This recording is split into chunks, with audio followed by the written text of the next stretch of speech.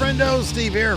Al Larson. And welcome back to Steven Larson's Pro Wrestling Podcast. Ruining pro wrestling podcasting since 2014. WWE Money in the Bank 2025 is in the books.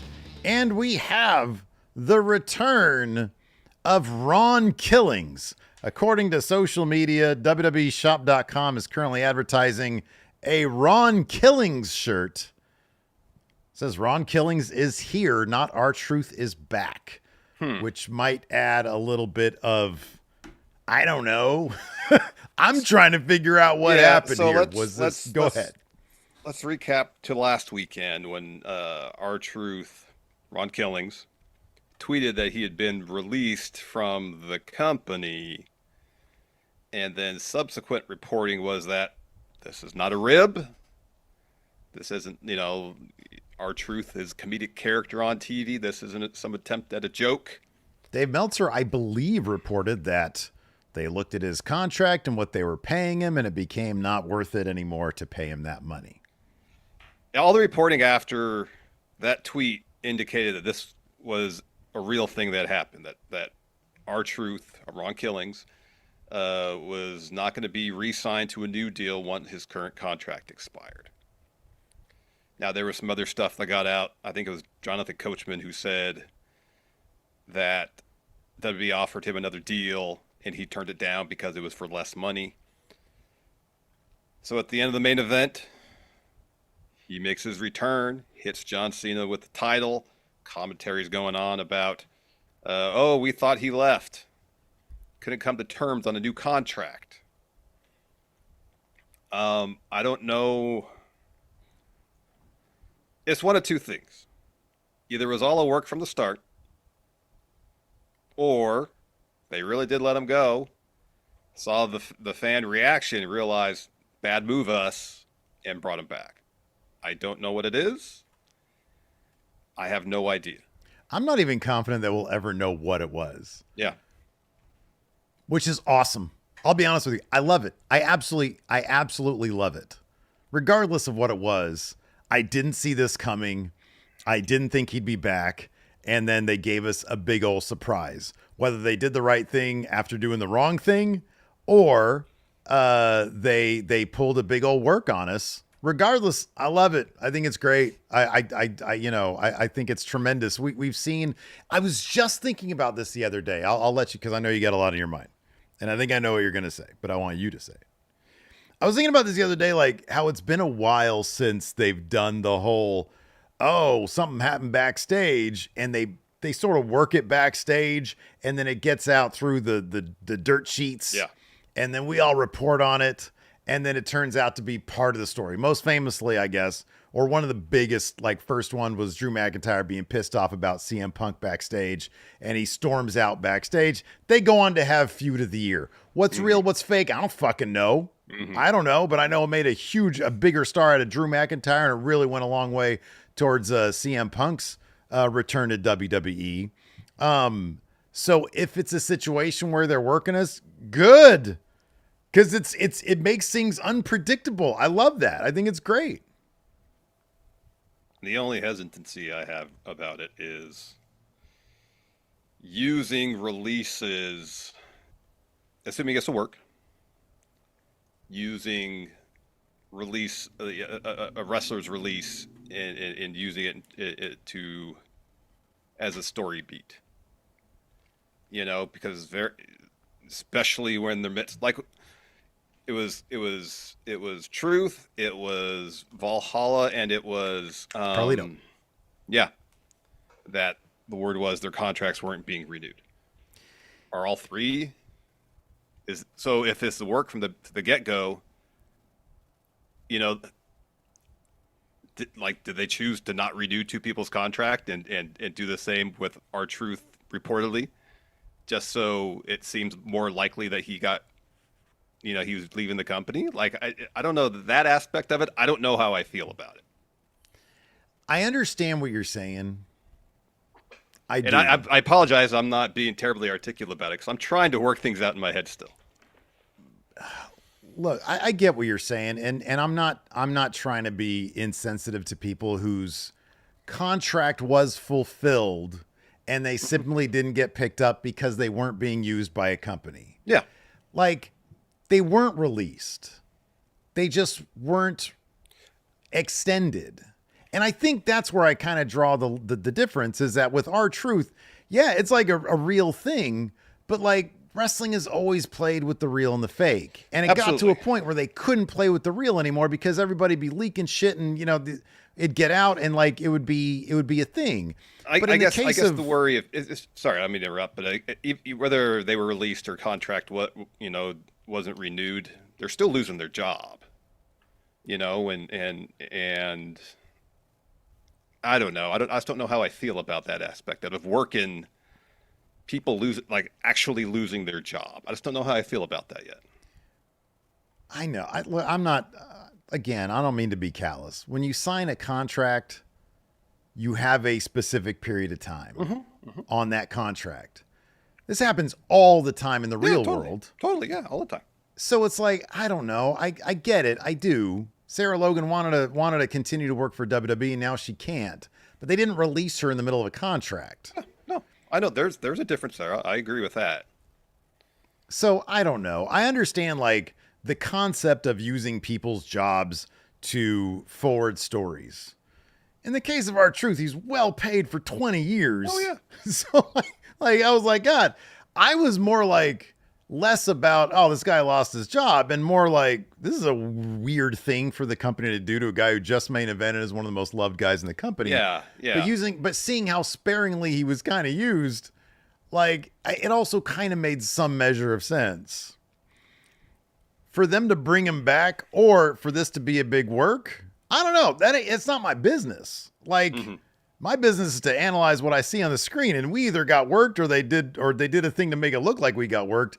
I think this is amazing. Like I did not see there was a match. The front half of this match was boring as hell. Hell, The money in 80% the of this match was boring as hell. I like 70% of the match was boring as hell. And then it picked up towards the end. The last quarter of a match or so, I thought was actually really, really good. And it was punctuated by R-Truth's return. Did not see that coming. No, I didn't see it. In terms of creating a moment that people would not anticipate, would not see coming, by any stretch of the imagination. Yeah, this was wildly successful, regardless of what led to it. Mm-hmm. Which, again, as you mentioned, we may never know. Mm-hmm. Don't know. People in the chat are saying that Sean has said that they just reversed the decision, as has Corey Hayes, PW Insider. That's fine. I don't know. I just don't. And I love it. I love that about it. I do. Sometimes I just don't want to know. Sometimes I just want the damn surprise. Yeah. But and I thought it was a great way to end what otherwise was kind of like, with the exception of one other match, was kind of like, I don't know, not the strongest Money in the Bank. No. I feel like in the last couple of years, mainly because a lot of the times with Money in the Bank, you can at least rely on it to be like really fun match. And I feel like, I don't know, I think you kind of feel the same way. The matches themselves just weren't all that terrific. No, there's certain ladder match conventions that we're used to, especially as relates to Money in the Bank. But what makes them interesting is how they're implemented, how creatively they're implemented. And it just didn't necessarily feel like there's, save for that one spot with Americano and the men's Money in the Bank ladder match where he set up the ladder against the ring post, and there's another one set up against the turnbuckle, and so Americano was very poorly slingshotted into the ladder on the floor by LA Knight. He ran up that, jumped on the other ladder, which led him to a ladder where I think Penta was climbing up, and headbutted him. Wildly creative. Like that's the stuff you enjoy seeing in Money in the Bank ladder matches. Sure. And those moments were just few and far between in the matches this year. And it was great that Naomi won. It makes all the sense from a storyline perspective. It's awesome she got that win. When it comes to the men's ladder match, Seth winning just seems so obvious. So obvious. It's one of those situations where, like, this is so obvious. usually when they make something so obvious, it's to throw you off who's actually going to win. Well, And dude, on yeah. SmackDown, let me get this out. On Yeah, SmackDown, he and his faction destroyed everybody. Like the go home math was like, no way in hell Seth is winning. And then they had him win after we had this showdown between Bad Bloodline and his dudes, Braun and Bronson. Jacob turned on Solo, put him through a ladder.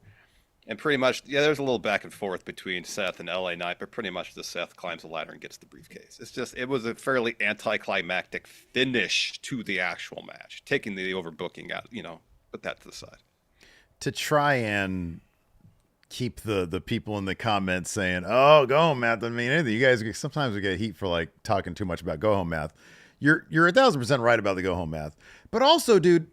And we talked about this during the live stream, which, by the way, thanks everybody hanging out with us during the watch along. Makes it so much more fun. The story doesn't make any fucking sense. It's too easy for him. Sammy, Punk, Yeah. they were nowhere. Sammy shows up and gives Punk this speech. Not even a rah-rah. It was a speech. It was You like a better win warning. this thing. It was a warning. It was a warning. You better win this thing, because if you don't, oh boy, if Seth wins Money in the Bank, everything's gonna go to shit.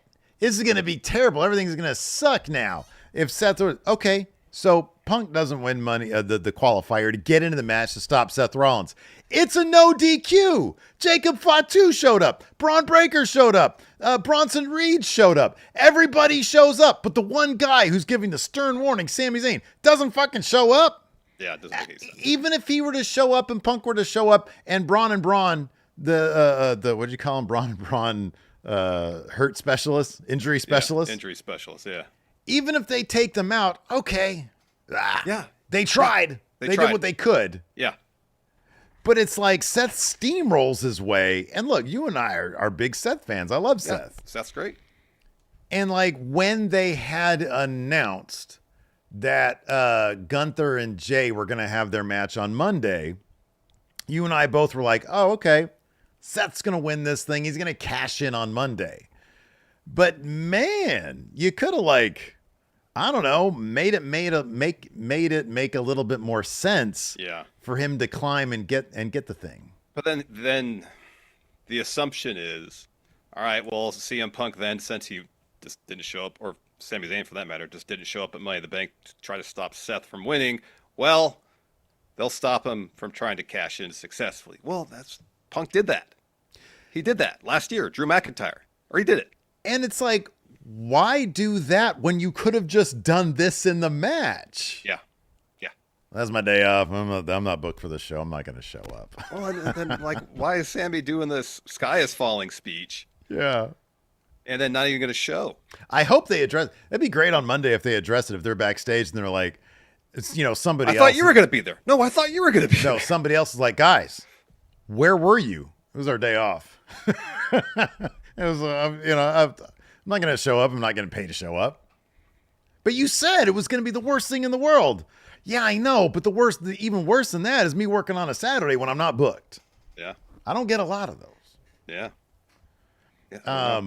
So Kyle Ginger with a super chat here says, PW Insider confirmed that Truth is back, but he'll be going under Ron Killings. This happened in the last 72 hours. Did it, though? Yeah, they said he was in discussions with several about appearances and independent booking several days ago. Or was that all part of the work? Yeah. I love it, man. I love it. I think it's great. Everybody has to backtrack now. Yeah. I love it. Even if, and you know what? We love Sean. He does great work over there. Yeah. So I'm not, we're not talking shit. PW Insider, they do good work. There's things that they have reported that clearly panned out the way they did. Yeah. Yeah. They, all the talent believed Naomi was going to win. That was reported, and she did, right? Yep.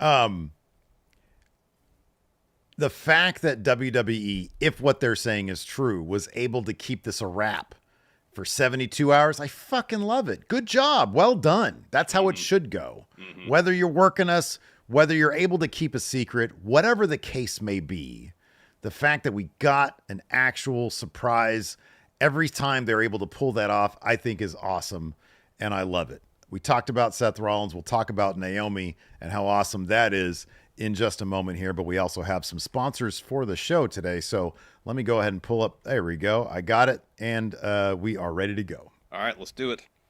This episode of Going in Raw is sponsored by BetterHelp. Hey guys, it's okay to struggle. 6 million men suffer from depression every year, and it often goes undiagnosed. But real strength comes from opening up about what you're carrying, and that's something that I found out when I was dealing with severe anxiety in my mid-20s. After years of carrying the weight of that anxiety, I realized that I had to do something about it and started seeing a therapist who taught me the skills I needed to better cope with my anxiety. And with over 35,000 therapists, BetterHelp is the world's largest online therapy platform, having served over 5 million people globally. BetterHelp is also making therapy far more convenient. You can join a session with a therapist with a click of a button, so you can fit therapy into your busy schedule, and you can switch therapists at any time. As the largest online therapy provider in the world, BetterHelp can provide access to mental health professionals with a diverse variety of expertise. Talk it out with BetterHelp. Our listeners get 10% off their first month at betterhelp.com/raw. That's BetterHelp, HELP.com/raw. And this episode of Steve Larson's Pro Wrestling Podcast is brought to you by Cash App. Larson, Yeah. I'm being honest with you. All right. Sometimes being a stepdad is about being the dad that steps up. The other day, my oldest stepkid, Marissa, was over here visiting, and she mentioned she was low on gas, but she wasn't going to get paid until the next day. So she asked the old man for some money, huh? You know what, man? I understand. Times can be tough for young adults these days, so I was like, hey, let me give you $50 so you get yourself a tank of gas. Look at you. That's very nice of you. I know, right? I'm pretty awesome. So I pulled out the old checkbook, and I started writing, and she was like, what the heck am I going to do with that, old man? You got out the checkbook. Got out the checkbook, Larson. You seriously got out the checkbook? I certainly did. Oh, my gosh. Yeah. So she was like, just Cash App me, dude. And I was like, yeah, that probably makes more sense because Cash App is a safe, easy, and fast way to send, receive, and transfer money to family and friends. It's also easy to get started. Just enter your phone or email and some other basic information. No bank account needed. And I'm going to assume the money got to her quicker via Cash App than it would have with a check, yeah? Well, yeah, man, of course. It's a check. It's just a piece of paper. The Cash App money was super fast. It's secure and it's safe. Like if you're about to send money to like a sketchy account, a scam warning pops up. All right, you got me convinced. I'm downloading Cash App now so you can finally pay me back for all those chicken sandwiches I bought for you through the years. I got to double check my numbers. You might be pushing 200. Oh my gosh, you've been keeping tabs? I have. I got a tab open with you. I have a tab going back to 1995. A chicken sandwich tab that dates back decades. Gosh darn. All right. You know what, man? I'll hit you back. Let me get out my checkbook here. Where's my checkbook? Oh, don't get out the checkbook. Oh, you want to check? You want to check? Like I'm your aunt? How about this? I'll Cash App you instead. And get this, because you're a new Cash App user, for a limited time, new Cash App users can use our exclusive code to earn some additional cash. There's no catch. Just download Cash App and sign up and use our exclusive referral code Going Raw in your profile. Send $5 to a friend within 14 days and you'll get $10 drop right into your account. Terms apply. That's money. That's Cash App. I actually told her, I said, I used you for an ad read. And I sent her and she responded. She said, ha, ha, ha, you said I was broke. I'm like, little girl, I've lent you so much money. Sorry, I've given you so much money over the years. But anyways, adulting is hard, man, especially when you're 20s. Gosh darn. Yeah. These days. Yeah, it's tough. It's tough. Anyways. Naomi, Miss Money in the Bank. You and I agree this was the best pick, especially given what they're setting up. You got Bianca injured right now with the finger stuff. She'll be back probably sooner than later. Yeah. Jade angling for a shot. Of course, she's going to be part of the upcoming Queen of the Ring. Of course, also King of the Ring is happening with the finals being going down at the end of the month. Yeah, not champions. So before she was given an opportunity to respond to the question, Jade was asked on SmackDown, you and Bianca, what's up with that? She wasn't given a chance to respond because Tiffany showed up and interrupted her. They had a face-off like last week, I think it was. A big 3 match down the line. Maybe at SummerSlam, maybe past that. But I could see Naomi cashing in on Tiffany when whoever wins Queen of the Ring has a match against her at some point. Mm-hmm. And then Naomi becomes champion. You get a big 3 triple threat. Maybe Bianca wins at that point. I don't know, but this seemed like a good situation here for Naomi to get that title, that Money in the Bank. Yeah, she's been doing great work ever since she's come back to WWE, and you know, she's really embraced the heel turn and really run with it, and has been awesome. You know, they could do a situation whether. So let's kind of, as far as Queen of the Ring, let's think about this. Because the winner of the men and women's tournament will get title shots at SummerSlam. Right, yeah. So if Naomi cashes in, whether it's leading up to SummerSlam, faces the Queen of the Ring winner, maybe it's Jade, or she cashes in during the title match at SummerSlam, you could do Bianca, Naomi, and Jade maybe at Survivor Series, because that's the next Stadium show. Mm-hmm, yeah. Although that'd only be a 3-month reign for Naomi, assuming she wins around SummerSlam. Mm-hmm. Unless, I don't know, maybe they think the story with them has enough that they can take it to Mania next year, and they're going to push Bianca Rhea till Mania 43. I don't know. Yeah, there's a lot of different directions they can go here. They could certainly push on Rhea Bianca. Rhea Bianca is a bit of a pickle because, like, who wins that match? You know, are they going to try to turn Rhea heel so you have like a real heel face thing? Or are they going to try to turn Bianca heel so you got a real heel face thing? Did they just say these are two massive stars and we're going to get by the magnitude of the star power to sell this match? Yeah. So I don't know how that's going to play out, but I think a big 3 triple threat could have a hell of a story going into it. And you really want to concentrate on how good that can be. But this rebrand for Naomi, she has absolutely run with it. She's done a terrific job with it. And that's one of those things, you know, when you and I talked about possibilities for winners and scenarios, you know, you said, you know, it's the kind of thing you can just see. And Naomi cashing in on Tiffany Stratton is just something you can see. Oh, yeah. You know? Oh, yeah. So yeah, I think it's terrific for her to win Money in the Bank. I'm looking forward to seeing her custom briefcase. Yes. With caution tape on it. Yes. That should be pretty good. That should be great. One more thing, one other newsworthy thing to talk about before we get to the breakdown of the show. You know, if you enjoyed WrestleMania in Las Vegas, guess what? It's going to happen again. Easter weekend, seemingly, too, unless they're doing Easter a different weekend than the second or third weekend of, I guess it'd be the second weekend of April. Oh, did they announce the date? It's April 19th and 18th and 19th. Mm-hmm. Hey, speaking of Marissa, she's on the screen right there. I got a slideshow of my family instead of the color bars.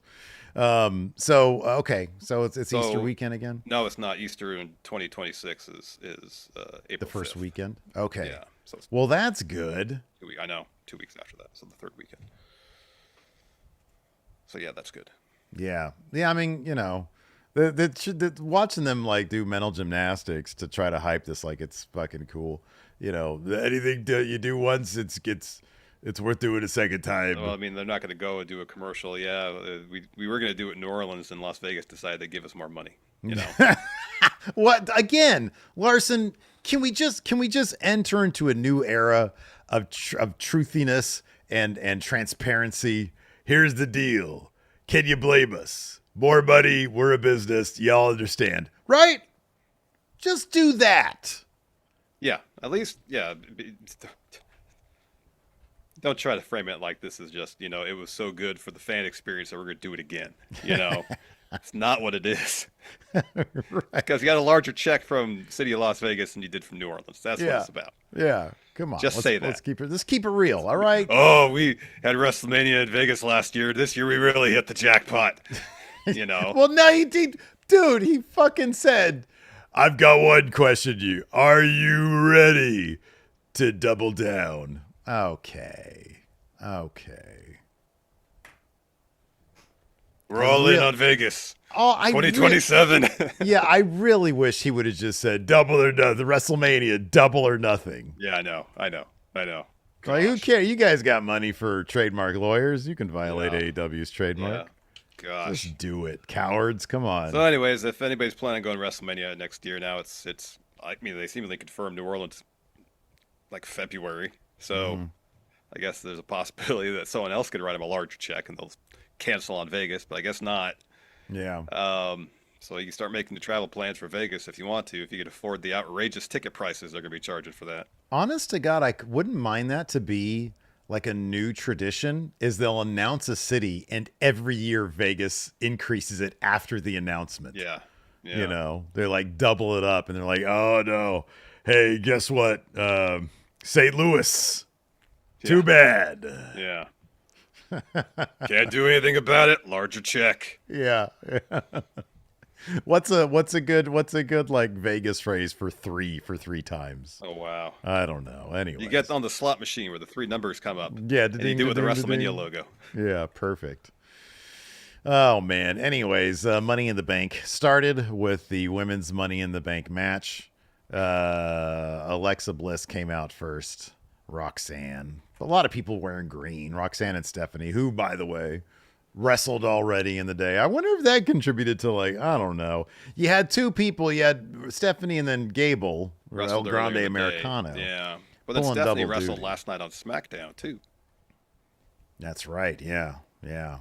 But yeah. So anyways, yeah, this match. And I'm not saying, like, the matches were bad. No, they weren't bad. It's just there was a lot of, there was like the stereo pop rocks or code reds or whatever you want to call them. We had like stereo that. And, the whole time they're like sitting there like, okay, sometimes like I've said this before. I applaud people for being creative, but sometimes when you have to sit there and like map everything out on the fly, it sort of sucks a little bit of the drama out of it, Yeah. Yeah. I mean, we understand these ladder matches can be dangerous, so we want people to be safe. I guess maybe if what was lacking from both of these was some measure of the illusion of danger. Mm-hmm. Yeah, right. Yeah. Because I think that's at this point kind of the thrilling part. The thrilling part of ladder matches are people doing stuff that you're like, oh my gosh, they're hurt horribly, and then they're fine. Mm-hmm. And then how creative they get to the moment where someone finally grabs the briefcase. That's what the drama really is, Yeah, it's because there's always the bit where people bat it around like they're a cat. And you're like, all right, you're not getting the briefcase now. We know this. Right. Probably the premier moment of that would be, of course, when AJ Styles grabbed it and then dropped it into Otis's hands. Anyways. Yeah, stick it to me. Stick it to you. Cool. Yeah. Let's see here. We had also, towards the finish here, we had Alexa Bliss dragging Roxanne Perez down from the ladder. Rhea comes in, yanks Julia down, hits a riptide as Alexa Bliss hits a Sister Abigail. So we had a couple of stereo moments here. Mm-hmm. Rhea and Bliss have a bit of a stare off, and then they both, mess with the ladder. Rhea like just bolts up the thing, and Alexa is like trying her darndest to keep up. Naomi sneaks in, pushes both Bliss and Rhea off the ladder onto another ladder, or into another ladder, I should say. Yeah, and then Naomi climbs, unhooks the case, and she wins Money in the Bank. Yep, I'm excited to see what Naomi can do with that briefcase. I think we're in for some good stuff. Agreed. So we see earlier in the day, this is a weird bit of laying out the show here. So earlier today at Worlds Collide, Octagon Jr. was in the opening tag match. Okay. And afterwards, Dom confronts him because he's sitting ringside with Liv. They start pushing and shoving a little bit. It leads to Dom issuing a challenge for Money in the Bank, putting up his Intercontinental title against Octagon Jr. Mm-hmm. That match is supposed to be next. Rather than going to entrances, we get like a 3-minute video package hyping up Jay versus Gunther on Raw. Yeah. So I guess they had, and keep in mind, right between the women's Money in the Bank ladder match and the recap of what happened on Worlds Collide, there was the break they take for commercials already. Yeah. And so they did another commercial break. I don't know what they're doing over there. Anyway. Yeah, I mean, they already have the rep for like, God damn, let's get some wrestling in here because there's a lot of Yeah. recaps and commercials and stuff. Yeah. So that doesn't really help it. I feel you on that. So then we finally have the match, and it's short, but it's good. Yeah, dude, Octagon Jr., my new favorite tornado guy. Yeah, he is the king of tornillos. Yeah, Mm-hmm. yeah. Dom got a relatively clean win though. Liv distracted Octagon when he was going up top. That leads to Dom hitting a drop kick, 619 frog splash to get the W. Successfully retain the Intercontinental title. He goes up the ramp, and Dom declares himself the greatest Intercontinental champion of all time. Yep, and he's got a good point. Maybe he is. Maybe he will be. I don't know. Who do you think the greatest Intercontinental champion of all time is? Oh, come on, easy answer. It's the Miz, isn't it? It's the Ring General. Oh yeah, it's good. I was trying to think of a silly answer. When something's too obvious, Honky Tonk. You should have said Honky Tonk Man. The Miz. I was trying to think of a silly answer. What, Miz have it like 8 times, 9 times? He had a lot. He had a lot. Yeah. So we get a one-day reigns too. Yeah, a bit with American Made backstage. And you got Gable and you got the Creeds, and Gable says to them, things didn't go my way at Worlds Collide, and that's why we need El Grande Americano to win tonight. So he produces a ladder that's got Fireball branding on, I guess you call them the rails or whatever, the sides of the ladder. Yeah, right, yeah. And Brutus apparently never heard of Fireball. Cinnamon flavored whiskey is what it is. Mm-hmm. And so Gable tells the Creed, put it in the ring where Americano can find it. Mm-hmm. And he says, make sure you tell me too. Yeah, Winks. right. Yeah. Yeah. So yeah. After that, we had Becky, Lyra, Valkyria video package to hype up their match. And yeah, this was, in my opinion, match of the night. Like these two, they can't do it. Their chemistry is insane. It's so good. Like they're so crisp. All their shit just looks so good. Mm-hmm. They're like kind of stiff with each other. Yeah. Their matches are fucking awesome. Yeah. So this is like, sorry, go ahead. No, you go ahead. I was just going to say, this is like expert level use as well of using roll-ups to tell stories. Yeah. It's not just, oh, you won, produced Nick roll-up, but they're trading roll-up wins, and the first time is after Becky poked Lyra in the eye, and it was almost like, I say desperation because she's in a situation where she couldn't see, and it's like instinct kicked in. All right, roll-up, win. And kind of the story of the first match was Becky was trying to remember how to cheat to win. She couldn't figure out how to cheat to win, and here she could. And then here she could, got the handful of tights to cheat to win. Mm-hmm.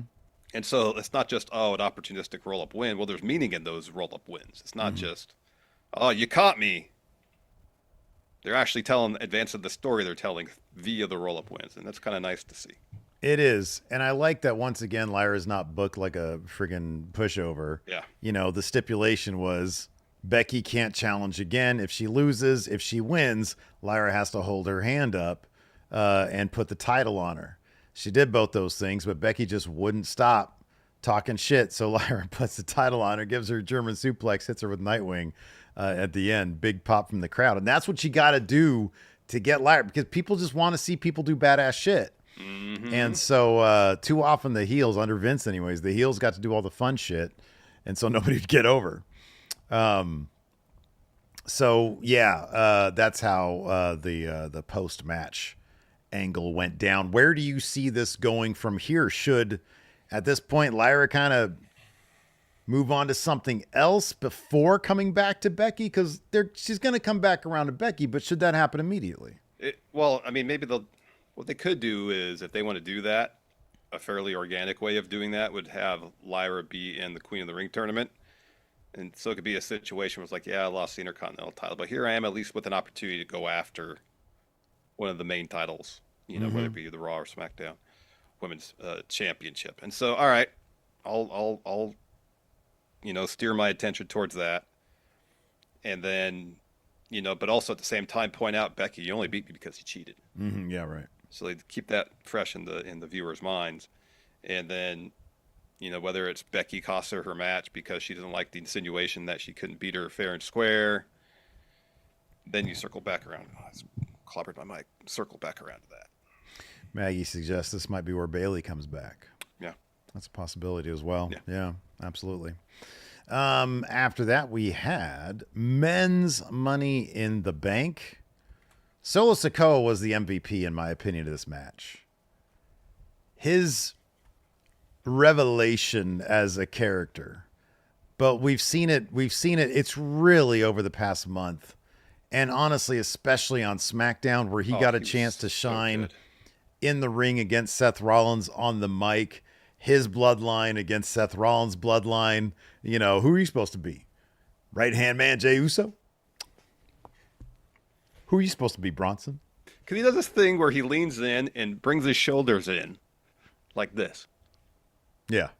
And just like over the top facial expressions. It's so good. Like I mentioned to you. It's hilarious. Go ahead. He's been in some of his based on some of his performances, it seemed like he's watching a lot of Seinfeld and studying George Costanza. Yeah, right. Yeah. And it's great. It's awesome. It's so good. It is. He's consistently been one of the highlights of SmackDown the last month or two. My only gripe with what happened, because they did a big angle where finally Jacob Fatu screams, "I hate you, Solo." He makes it look like he's in there to help Solo. Solo climbs the ladder. Jacob grabs his leg so Solo can't move. And Solo doesn't immediately look down. He's like, "Oh, something's going on. What's wrong with my leg?" He looks around and looks down and he sees, and maybe he's just in denial. He's like, "Oh shit, this is bad." And so Fatu takes him out. Huge pop. Yeah. And Fatu takes his leave, and the rest of the match goes down.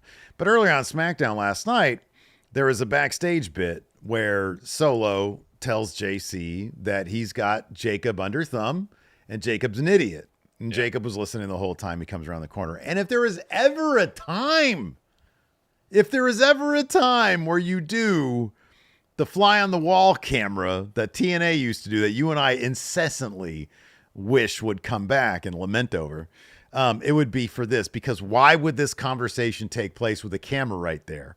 Yeah. I had somebody in the, and I forget who, and I'm sorry, but in the Wrestle Juice comments say, no, it's part of the language of modern televised pro wrestling. It's theatrical. And so the camera doesn't exist in that universe, in that space. And I can appreciate that point of view, but it just doesn't make a lick of sense in my opinion. So I'll just have to accept it and move on.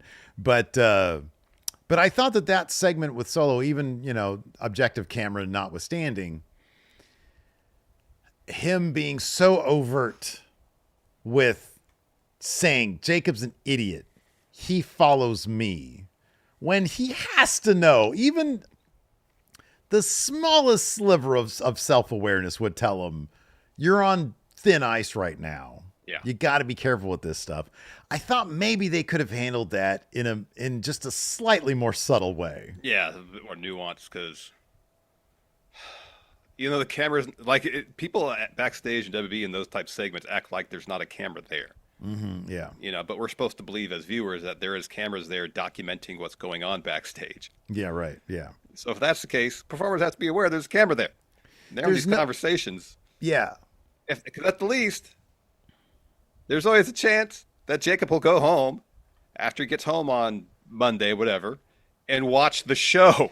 That's what it always boggles my mind. I know, because, and on top of that, the presentation of like the backstage interviews is no different than the presentation of these private conversations. Mm-hmm. Anyways, but disregarding that, him, like, were you okay with just sort of the content in terms of, this, let's say, take the camera aspect out of it, Solo just overtly saying to JC, this guy's an idiot, I got him under thumb. I mean, I think it'd be more effective if it was a bit more subtle and nuanced, obviously.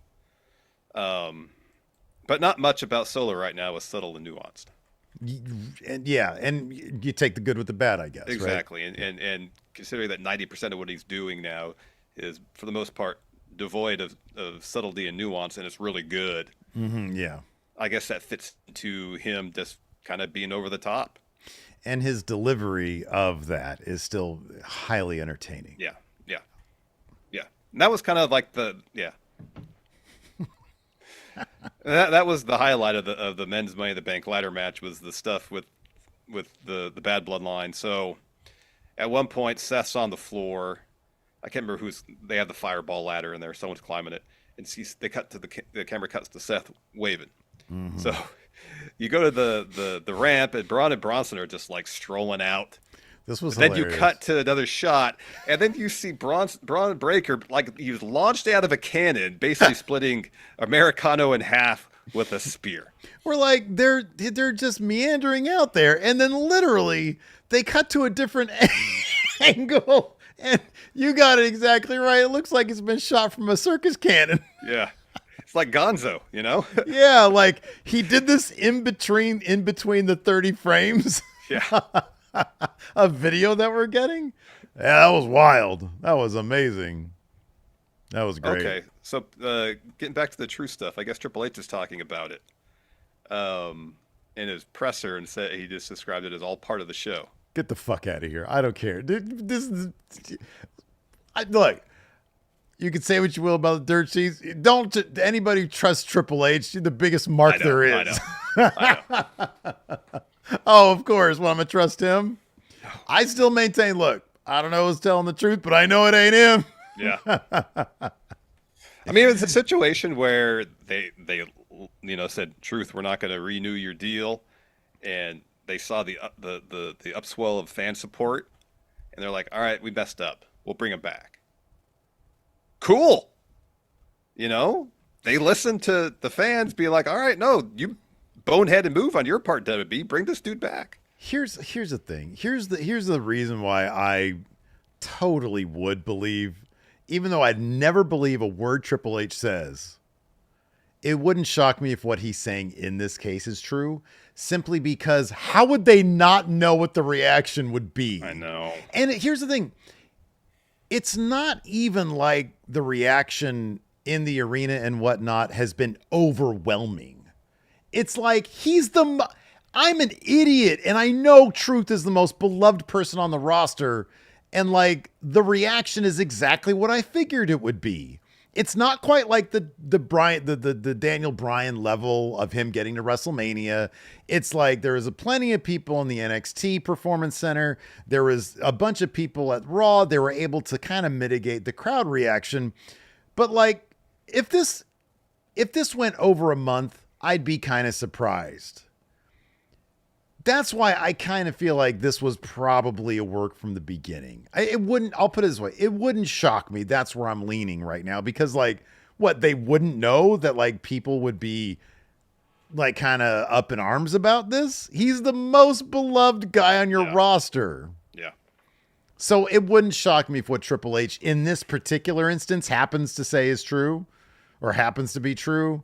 But I'm not going to take anything that dude says for No, because it could fact. be a situation where it was all part of the show. There is a certain amount of vagueness involved that you can read various things into it. Obviously, the most thing is like, this is planned from the start. And maybe it's a situation where he says, oh, it's all part of the show, because he doesn't want to say, yeah, we messed up letting him go the first time, and so we brought him back. If they had cameras rolling every single step of the way, and they show this on that Unreal show, if that's the case, then in this one situation, I'll believe Triple H. I don't know. Because you can still manufacture anything. I mean, I guess technically speaking, here's the thing. I don't know when R-Truth's contract expires. It could be weeks from now. Oh, He yeah, was no, still that's under totally contract, true. Yeah. So, Yeah. I don't know. Yeah. I don't know. Let me ask you this. We didn't really talk about this much, but the idea that, he's coming back as Ron Killings. Mm-hmm. They going to give this dude some like substance to work with? I hope so. Same. And I think that he's going by Ron Killings. Mm-hmm. They might give this guy something to actually work with. We might see an actual evolution of the R-Truth character, of the Ron Killings character. Mm-hmm. That'd be interesting. Like there's a lot you could do with that. Like the illusion he had of John Cena has been completely shattered now, and how that's affecting him. Yeah. Ron Killings, that's his real name, isn't it? Yeah, I believe so. I think it is, yeah. Yeah. All right, get back to the men's Money in the Bank ladder match. It was fine. But it just kind of lacked that spark. But the best part is Jacob Fatu turning on Solo. Yeah, which was well done. That was really good. So Braun and Bronson come out, lay everybody out, and then Jacob and JC Mateo come to the ring. We have a face-to-face. They all start brawling, fighting. Braun puts JC through the barricade with a spear. Jacob hits Bronson Reed with a pop-up Samoan drop. And that's when Jacob helps up Solo. First gets a really small ladder. Then Solo's like, no, I want that one. They get a larger ladder. He sets up and Solo starts climbing. And then Jacob grabs his leg and eventually puts him through the ladder kind of bridge from the apron to the barricade with Uranagi. But before that, he says, I hate you, Solo. I hate you. Yeah. Super kick. Yeah, then a moonsault and then puts him through the ladder. So then Jacob leaves. Seth gets the second of 3 fireball ladders from under the ring, sets it up, starts to climb. LA Knight's the only one at this point who puts up any kind of fight. But it was like, I don't know, a couple moves, stomp. Seth had all day to climb that ladder. Everybody else was laid out. Mm-hmm. He gets the briefcase, and everybody's like, all right, that happened. It's just kind of overwhelming. It's too easy. It just happened. It's been too easy. Yeah.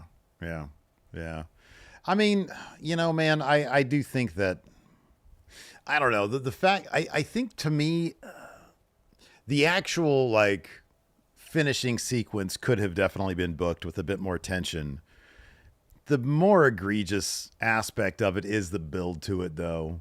I think that is sort of, if Punk and Sammy had in the build been able to take out Braun and Bronson, and so Seth was facing some odds, and so we were thinking, oh shit, there's no way he's going to win now. Even if they had booked some of that during the actual match itself, I think it would have been a bit more satisfying. Yeah. But if it's just going to be either Sammy or Punk or both preventing him from cashing in until he's able to cash in, but I kind of expect on Monday him to walk away on Raw with that title. Yeah, me too. Nikki Bella's coming back on Monday. Yeah, that's right. You can look, but you can't touch. You can't do stuff. So yeah, Seth Rollins got that Money in the Bank briefcase again. He'll probably hold it for all of a couple days. Mm-hmm. And then the main event, John Cena and Logan Paul against Jey Uso and Cody Rhodes. Whether it's 70%, whether it's 80%, a vast majority of this match was a boring slog. Yeah, it kind of picked up once Logan did this crazy moonsault. Yeah, it was awesome. From the jumped off the middle rope and did a moonsault onto Jay, who was on the announce table. That was crazy. He also really he tried to do that buckshot lariat. Yeah. Every once in a while, I'll watch something that an athlete does. Like for example, way back in the day, watching what was his name, Yao Ming. Mm-hmm. Watching him just run in person, because it was back when I worked at the Kings, and I sat like when they were doing workouts and stuff. I was just watching, because I'm watching these dudes in person is just, they're such spectacular athletes. But watching Yao Ming run in person just hurt my knees, and that was back 10, 15 years ago. Yeah, watching Logan Paul do the buckshot where he like whipped himself too much. There was too much torque on the flip aspect of it. And he just, it's like, his knees couldn't handle the impact. And it's not like he blew out both his knees, but he just. If it was me, my knees would have blown. My knees, they spiritually blew out. Oh my God, that looked like it hurt. Yeah. In any event, later on, he was able to execute that perfect moonsault. It was a thing of beauty. He still can't stand the guy, but I can appreciate when somebody can wrestle well. Yeah. Or do cool shit. So after that moonsault, and the drone bit, because the moonsault took him out of the match, didn't it? Yeah. So before that, he did a thing where he gets on. Okay, so here we go. We had Cody and Logan in there. Logan hits the pulverizer. Instead of going for the pin, he points to the drone. He heads up to the top for a frog splash, but the drone comes in and he grabs it and he's mugging for it. And of course he does the entrance with the drone, which is whatever, but he's up there with the drone and you see Cody, and they just botched a little bit of this because Cody jumps into frame to do the surprise superplex. and they cut to a normal camera when they should have stayed on the drone camera. They go back to it quickly. They do. They realize the mistake. And so, and again, this makes no amount of sense for him to hold on to the drone. I get it. He's obsessed with the camera, so maybe it does make literary sense. So he holds on to the drone while Cody executes. Was it a superplex? It was a superplex, wasn't it? It was a superplex. Yeah, superplex. And so you get the full rotation with the drone. I thought it was an incredibly creative way. And I guess after talking about it, apropos for the character who can't help but keep his hand on the thing that he loves the most, the camera.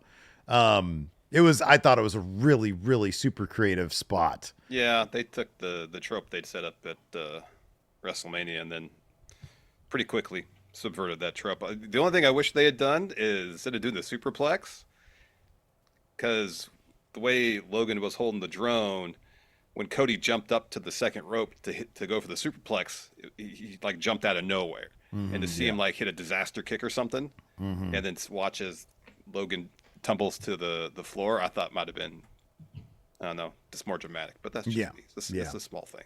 Yeah. No, I thought it was an incredibly creative spot. Like I said, the first, I'd say like half of the match or so, it was just so standard. It was like Cena milling about. I think it was when Cena and Logan started like, because they got pissed off at each other. Logan tagged himself in. Cena gave him a big chop on the back because he got pissed to tag himself back in. And at that point, it sort of felt house showish a little bit. Yeah. But then after that, it really, really picked up. Yeah, I kind of guess with the drone shot, because after that, Jay hits a hip attack, but then runs into an AA from Cena. Cena hits a AA to Cody. Cody kicks out of that. So Cena goes down to the floor and sets up for an AA on the announce table. Cody escapes that. Jay spears Cena onto the announce table. And that's when Cody rolls in the ring. Logan gets on the apron. That's when he goes to the moonsault on Jay. Cena rolls in with the title belt because at this point the ref is checking on Jay and Logan. So Cena hits Cody with the belt shot. That's when R-Truth comes in. He picks up the belt, hits Cena with it. He leaves. And then Cena gets to his feet right into a crossroads. Cody hits it and covers to get the win. Yeah. Solid finish there. And then there you go. No cash in attempt, no tease at a cash in. Nope. Seth just beat feet. Yep. He's got June 9th circled on his calendar. Oh yeah. That's when it's happening. In red ink. No pencil. Yep.